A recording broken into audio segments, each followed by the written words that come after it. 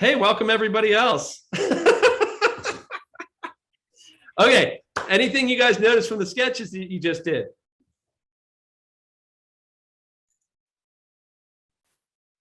Any like there was some common symbolism used. I saw hearts coming up a lot.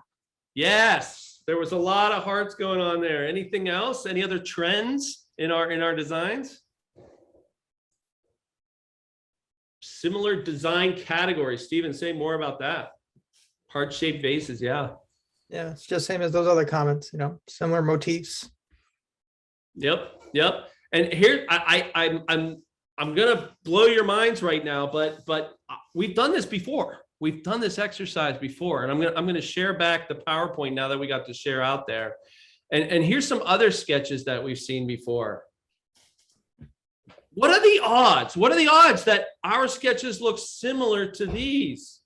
I can't believe it. You mean we're all in the flower business and we all thought about heart-shaped vases? I can't believe it, right? So yeah, okay. So if we're trying to innovate, we're trying to drive our business and be future forward, chances are the florist business has already thought about this idea of a heart-shaped vase, right? That's the other consistent theme. We all built vases. We asked for a vase for Valentine's Day. Guess what? We got vases. All right. But we didn't really differentiate. I don't know how we're beating the competition with that because we all just kind of came up with the same thing. Tell you what, let's push forward. Let's take our sketch, take it and just crumple it up, get rid of it. We got to do better. We're future forward. We're not going to be the blockbuster of the flower business. We're going to push forward. So we got to push it a little bit, Sarah. Yeah, you know what though? Hang on. Because I have something to say about this. Okay. The vases that people sketched were not bad. They were like good vases. So I actually don't think that the problem was the ideas, was the vases themselves. I have a hunch maybe we're thinking about the problem a little bit wrong. Maybe it wasn't the answers to the question that we asked that were the issue. I think maybe it was thinking about the problem a little bit differently. So maybe we need to change the way we're thinking about the problem. What do you think? Should we do that? Interesting. Yeah. So, all right. So you think we need to rethink that problem a little bit? I think we need to rethink the problem a little bit. And I have a trick up my sleeve. And here it is. Unbeknownst to you, before the session, I decided to take a look at not what makes a good vase, but what makes people enjoy flowers. And so I actually went out and found somebody. I found this guy and I asked him, hey, tell me about how you enjoy flowers. And I asked him to think about a time in his life. I said, hey, tell me about a time when flowers had like particular meaning or resonance for you. Like, can you talk about this with me? And so he did. He talked about it. And I actually have a video clip of his answer. And I wanted to say that any resemblance to Steve Potter of this man in this video is purely coincidental and absolutely not staged at all. Okay. So here we go. When were flowers meaningful to you? Let's take a listen and hear what this guy had to say. Okay. Sounds great. Yeah, cool. And give me a thumbs up if you can hear the sound all right. Well, I don't have a memory about flowers per se, but I think about a memory I had with my girlfriend. We rented a tiny little cabin in the woods, and this was going to be a special trip. It was kind of marking the beginning of a whole new relationship that we were having together. And we went on a walk in the woods, and there's these beautiful evergreen trees, and there are pine cones all over the floor of the forest. And we picked those up, and we took them back to our little cabin, and we kept it. We brought it all the way back home, and to this day, it sits on my shelf. And it's kind of a reminder of that wonderful trip and being a part of nature and the smells of that evergreen forest. But it's also a reminder of like the start of our relationship, like in earnest. And so it's got a really powerful memory. And I love the fact that those pine cones are kind of, they're always there. They don't fade away like a flower. So I hope that helps. My goodness. What an intelligent, good-looking, charismatic person that you interviewed there. I don't know where I found him, but yeah, he's pretty great. pretty great. It's a really big beard though. Cool. Yeah. So we all just took a listen to that, and we're hopefully our minds are now by listening to someone talk about that memory that he had. Our minds are like in a little bit of a different place maybe than they were just a minute ago.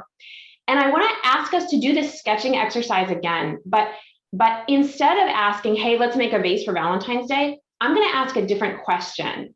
So same as last time, we have 1 minute. You're going to take your another piece of paper and your marker, sketch an idea for how might we help people enjoy flowers, and feel free to think about the story that you just heard from our bearded man, and also maybe experiences that you might have had with flowers. You can bring that in as well. So 1 minute, how might we help people enjoy flowers?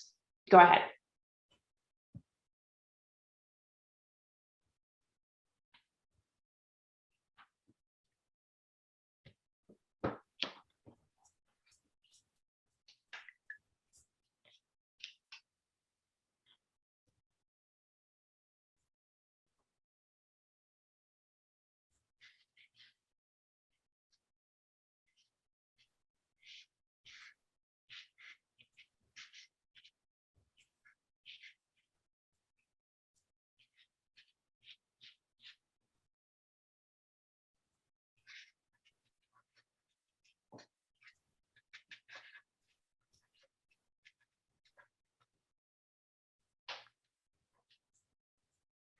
About 15 seconds left.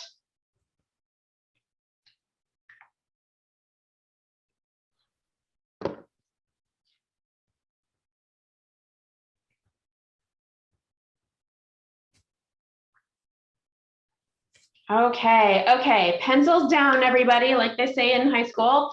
I'm going to ask you to do one more of these, actually. So before we share out, before we take a look, let's actually flip to the next one, and let's do this one more time. We kind of took the question, we reframed it a little bit, we kind of pushed it out there. We're going to push it out even further.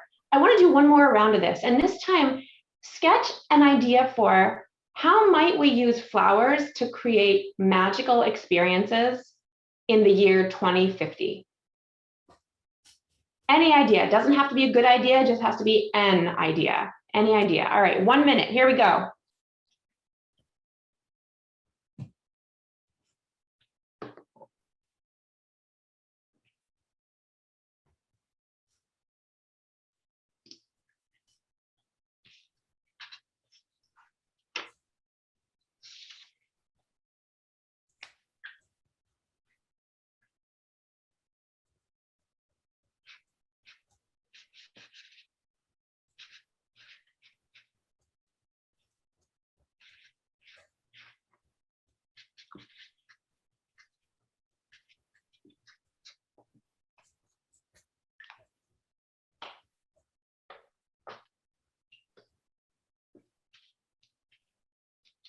Mm, 15 seconds left.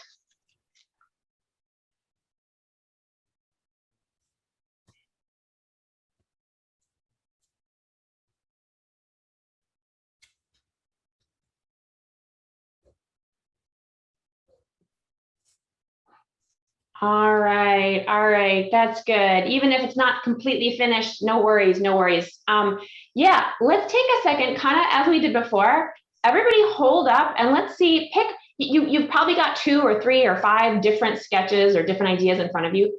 Pick the one that just resonates with you the most. Pick the one that you find most intriguing or the most fun to think about, and hold that up to the camera. And as before, let's hold these up and take a look, see what people have. What do we have here? We have something about injecting the scent of a flower into something, and we have garbage in and faux flowers out. Oh my Lord, love that. And we have, I can't read that one. It looks like it says itemize or Vietnamese. Kevin, I think that's yours. Can you, what does that say? Gifting an NFT. It's a virtual and goes into the metaverse. Oh, the metaverse, cool. And Paul, I don't quite see yours. Can you just say a couple words about it? I can. So it's making a couple's bouquet. Couples bouquet. Oh my gosh. Love, love. And then Julie, can you just say one or two words about that one? This is for 2050. This is a sort of helicopter dropped flowers of the month over neighborhoods. Whoa. Okay, brilliant. Before we even say anything more about these, let's do one more thing. Let's push this even further. What if we take two of these ideas and we mash them up? What would happen then? What if we take the helicopter delivered flowers and we mash that up with garbage in and flowers out? What do we get? What would that idea be? Just shout it out or put it in the chat.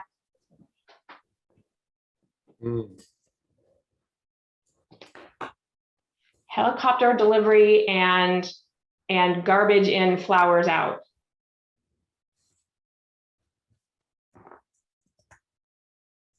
Any idea there? Maybe some sort of Helicopter delivered nanobots converting litter to flowers. Yeah, why not? I'm there. I love that. It's raining good smelling garbage. Yeah, absolutely. Pick up your garbage with a helicopter and leave flowers in place. Oh my God. Amazing. Amazing. Okay. That doesn't seem similar to a heart-shaped vase. Does anyone here feel like that idea has a similarity to a heart-shaped vase? Those seem really different to me.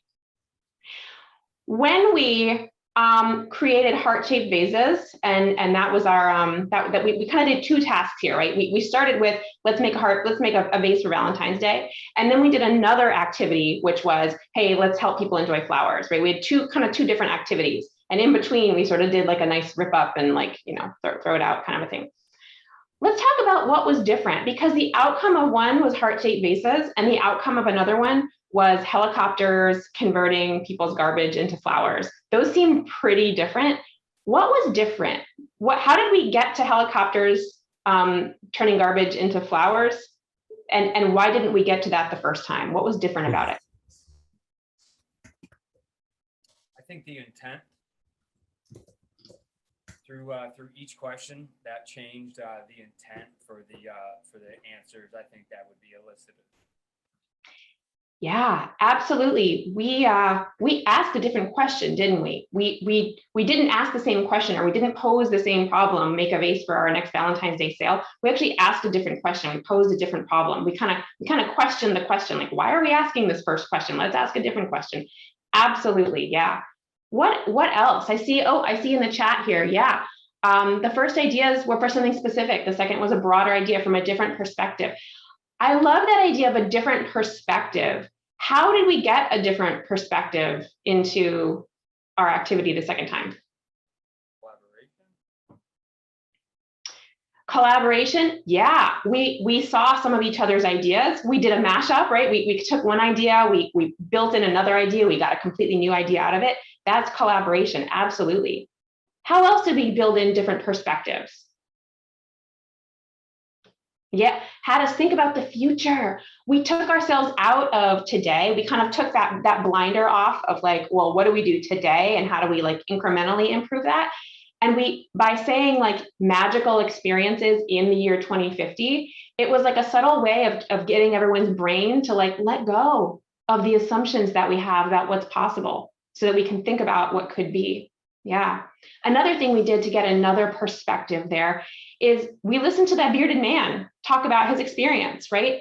And it took us from thinking about the thing, the vase, and it turned it on its head and helped us start thinking about, well, what human need are we solving for? And we heard him talk about like wanting flowers that lasted for a longer time. And so we saw in some of the ideas ways for flowers to last longer. We saw garbage in and faux flowers come out, right? Flowers that won't die, flowers that will remain like the pine cones, right? Absolutely. Yeah, pushed our imagination with future magical experiences. Yep. I should double click on that one as well. This idea of like imagination and allowing ourselves to to temporarily, not forever, because we still ultimately have to like make products and services that can be made, right? That are like somehow feasible. But if we start thinking about feasibility and we come into things thinking about, well, what's the quickest vase I can make? It really hampers our ability to like, you know, do that thing we sometimes hear, think outside the box kind of a thing. Yeah. Anything else? Anything else that was different, or you wanted to call out, or something that resonated with you about this?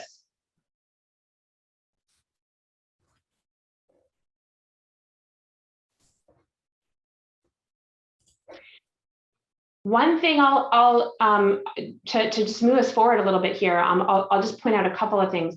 The second time through, we did something called iteration. The first time through, we like made a vase. Oh, here's my vase, got it. The second time through, we asked a different question. We ideated on that, and then we iterated on it. We were like, oh, well, what if we ask a different question? Oh, what if we mash those up? We didn't stop with the first most obvious idea that came to our mind. We sort of were like, okay, well, that's an idea, but there's other ideas too. And let's take a look at some of those other ideas as well. So we iterated on those ideas. And then the last thing I do want to just point out is, and this was true both times, we were really visual. We didn't talk about vases. We didn't talk about helicopters delivering stuff. We sketched it out. And the amount of communication that went on when we held those up and we could see everybody's idea, when I said, I asked a couple people, hey, can you say a couple words about that? They literally only had to say a couple words because we could see it there, right? And that communication was so incredibly, incredibly powerful. And so as it turns out, if you remember the slide that Steve shared at the very top, it talked about 6 behaviors as the definition of design thinking. And those behaviors are what we're gonna talk about now. We just exemplified and lived those 6 behaviors of design thinking.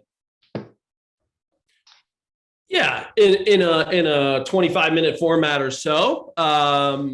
But we got a taste of it, right? So let's just take a few more minutes here and dive a little further into those. So what is design thinking? It's those behaviors, and we want to just highlight those because, again, sometimes we get this like, well, yeah, I already do that. I already collaborate, or like, yeah, I'm imaginative. So it's like, well, how do we build our muscles in those areas, or how do we be more intentional about it? And so we're just going to walk through those just like a minute or so on each. And so Sarah left off with being visual, right?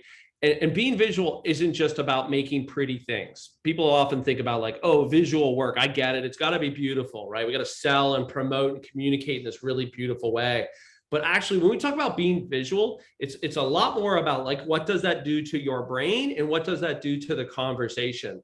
And so using sketching actually enables, they've actually done studies of brain waves and brain patterns. And when people use pictures and interpret with drawings, their brains light up in new and different ways, which is kind of cool, right? Words can be very limiting. It can be very structured, but images allow us to explore that space more powerfully. But it's also about not worrying about the quality, right? It's about using it as a communication tool.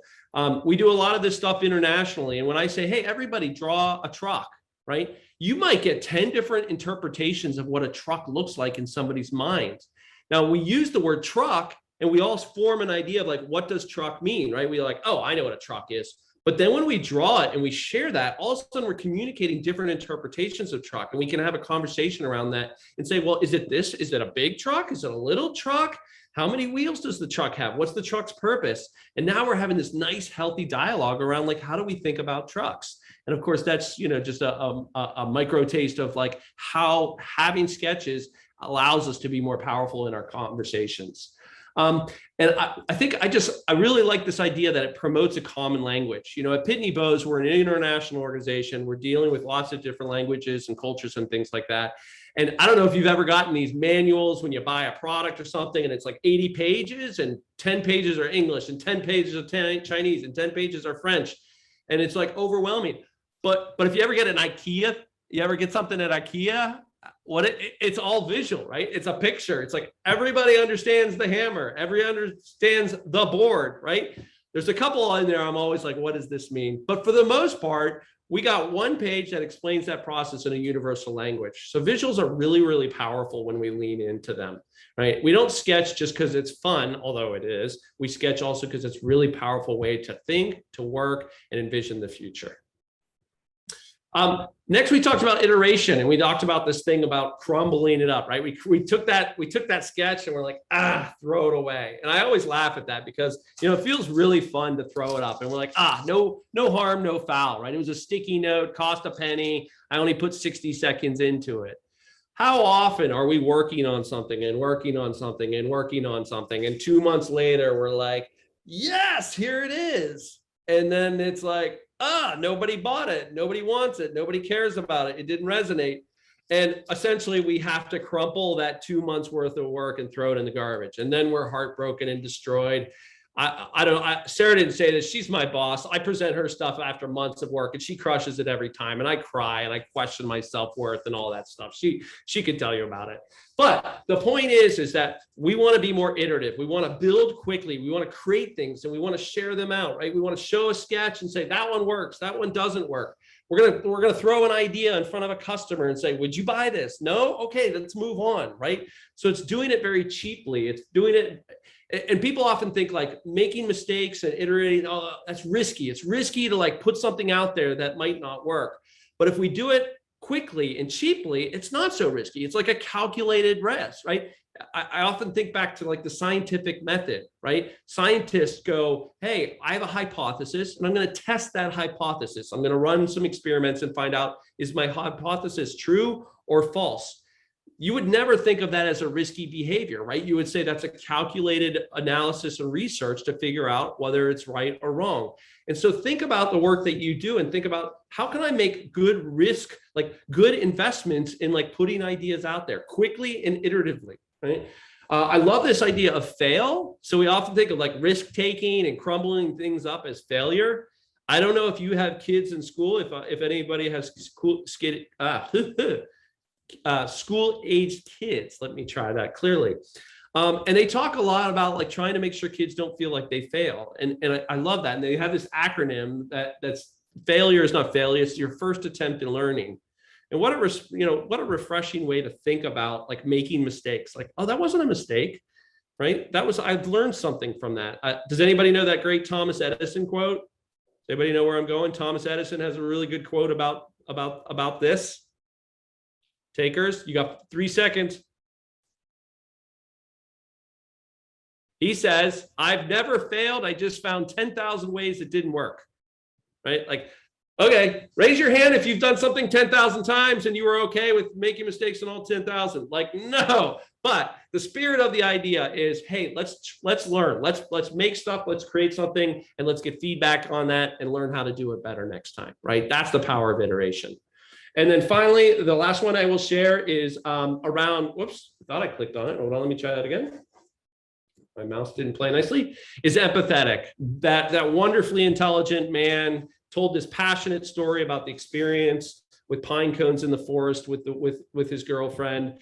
And what a girlfriend she is. But anyway, that's not me. I'm just speaking for that man. But this idea of building from empathy, like we are not the customer. We may think we know the customer, we may be selling to the customer, we may have been in our market or our business for a long, long time, and we know what they want.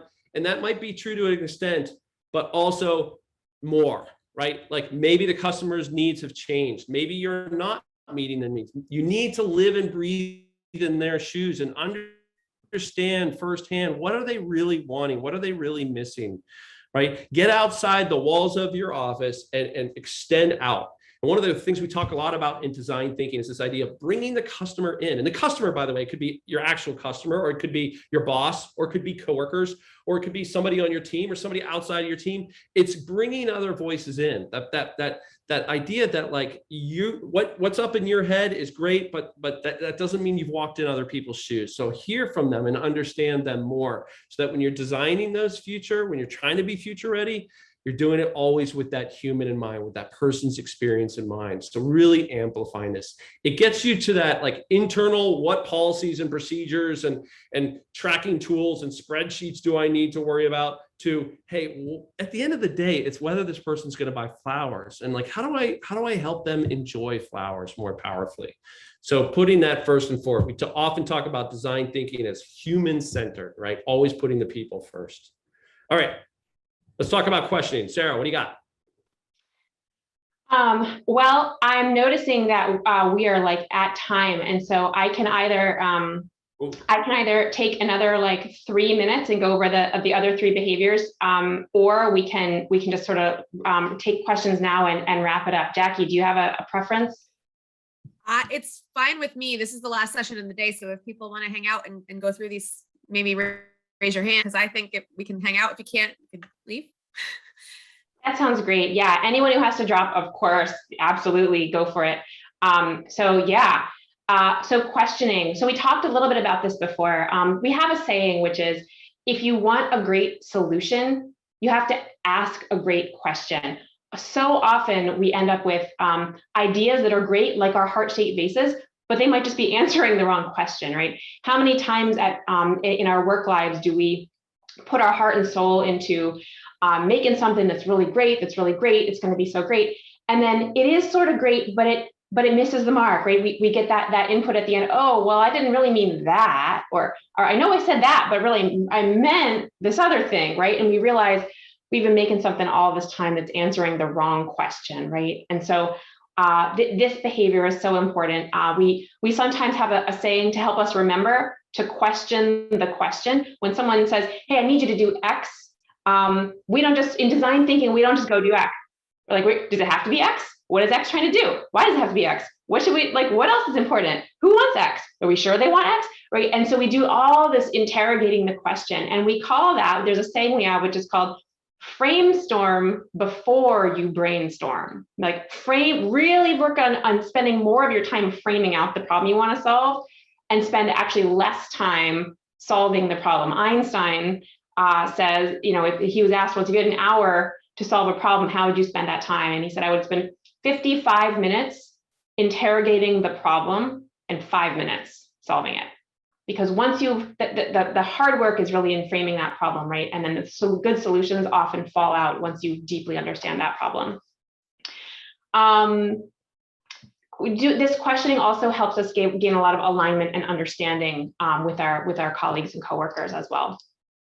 Being imaginative. Okay, so one of the things we did in our activity is we were like, hey, just come up with a bunch of ideas. They don't have to be good. They just come up with some ideas. And what we learned is that by coming up with many ideas across this whole group, there were not all the ideas were great. Some were maybe fantastic, some were less so, but we could certainly mash up the less so ones and make them into great ones, right? Being imaginative is all about having lots of ideas and then finding the quality inside of that. Being imaginative can be done by doing a lot of yes anding and plus oneing. How often are we in a meeting at work where someone says, I have this great idea, we should blah, right? And then the conversation immediately goes to, yeah, but, and immediately that idea is now like, and the whole conversation starts to be a debate, doesn't it? Well, we could do this. Well, yeah, but this, yeah, but this, yeah, but this. And it's really kind of negative and demotivating, and that idea just does not tend to go anywhere. Imagine if you change the way you talk at work and you never say, yeah, but, and instead you say, yes, and, right? I have an idea. Yeah, and we could do this. Yeah, and it could look like this. Yeah, and it could look like this, right? And that really builds things up, and it makes the work environment super positive, and it gives our ideas room to breathe and grow. The idea in its original incarnation is not always like perfect, but by giving it space and yes anding it and room to grow, it can really become something that's really, really phenomenal. If we are imaginative, we avoid copycat solutions. We avoid just doing the same thing that our competitors are doing, right? We reduce negativity, and we enable ourselves to have a lot more ideas that have a lot more potential of being awesome. The last behavior is collaborative. We did a little bit of this. It's tough to do in a 45-minute session, but I think you get the idea, right? This is all about the outside-in thinking that Steve was talking about, involving the customer more, or other stakeholders that you may have, which could be your end customer or like people in the middle or people around that. This ensures everybody has a voice. And it turns out that it has absolutely been studied and sort of that there is evidence to show that the more different perspectives you have on an idea, even if they're perspectives you don't like or don't really want to hear from, if you take that perspective in, your ultimate product is going to be better for it.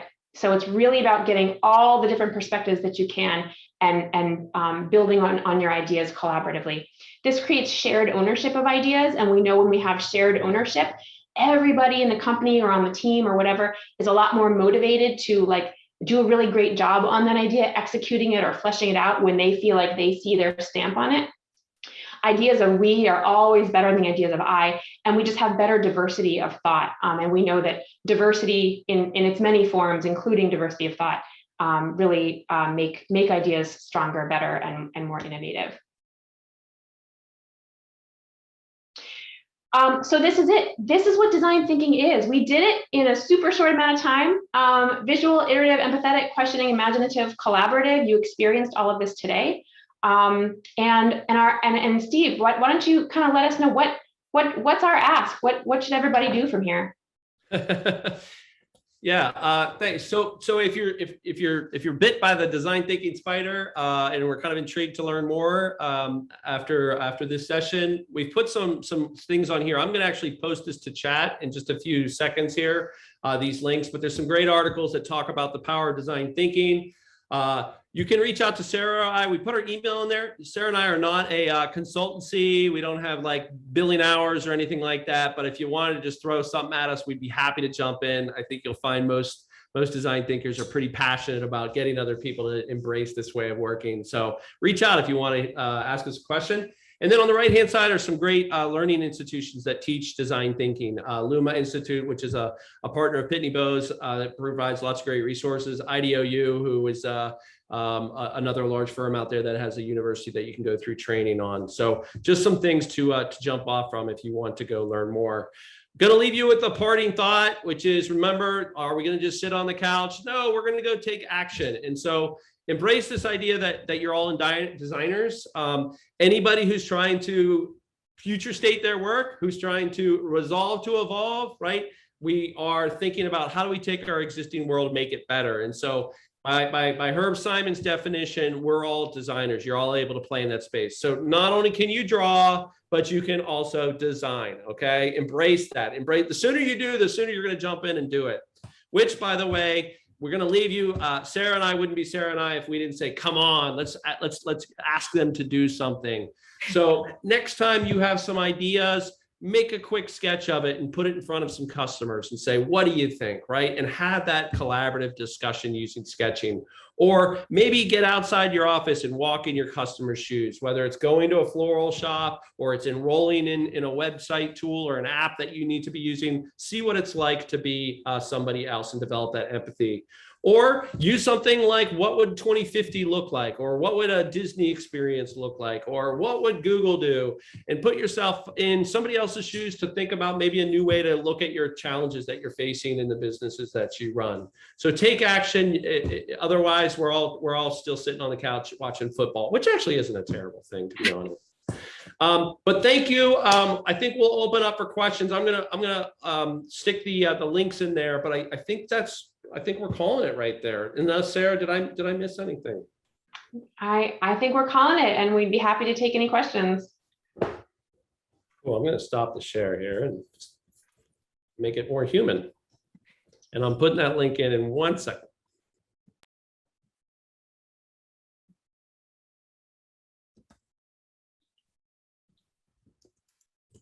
Okay.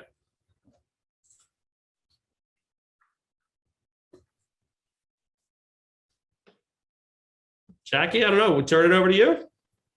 Yeah, thank you so much. This was wonderful. I could have sat on the session for 3 hours. So I appreciate you taking the time. I love how interactive that this was and really made us kind of think outside the box, like you said. And so I appreciate you taking the time today. I will definitely be implementing this in some forward thinking situations. So I appreciate that. And I think everybody was able to take some really useful stuff away from this. So thank you so much. thank you all for attending today, for any of the sessions that you've come to. We appreciate it. Take a time, if you haven't already, to pop over to betterbusinesssummit.com and check out our sessions for tomorrow. We do have a full lineup of sessions for tomorrow. Kevin actually will be giving a session tomorrow on telling your story. So be sure to pop over and register for that if you haven't already. And visit our sponsors. We're very grateful for our sponsors because they allow us to do this. And, they also look to helping Connecticut businesses grow and thrive and succeed. So take a time to pop over and look at the sponsors tab as well on our summit site. Thank you all for attending today, and I hope to see you tomorrow. Have a great afternoon, everyone. Bye-bye. Take care.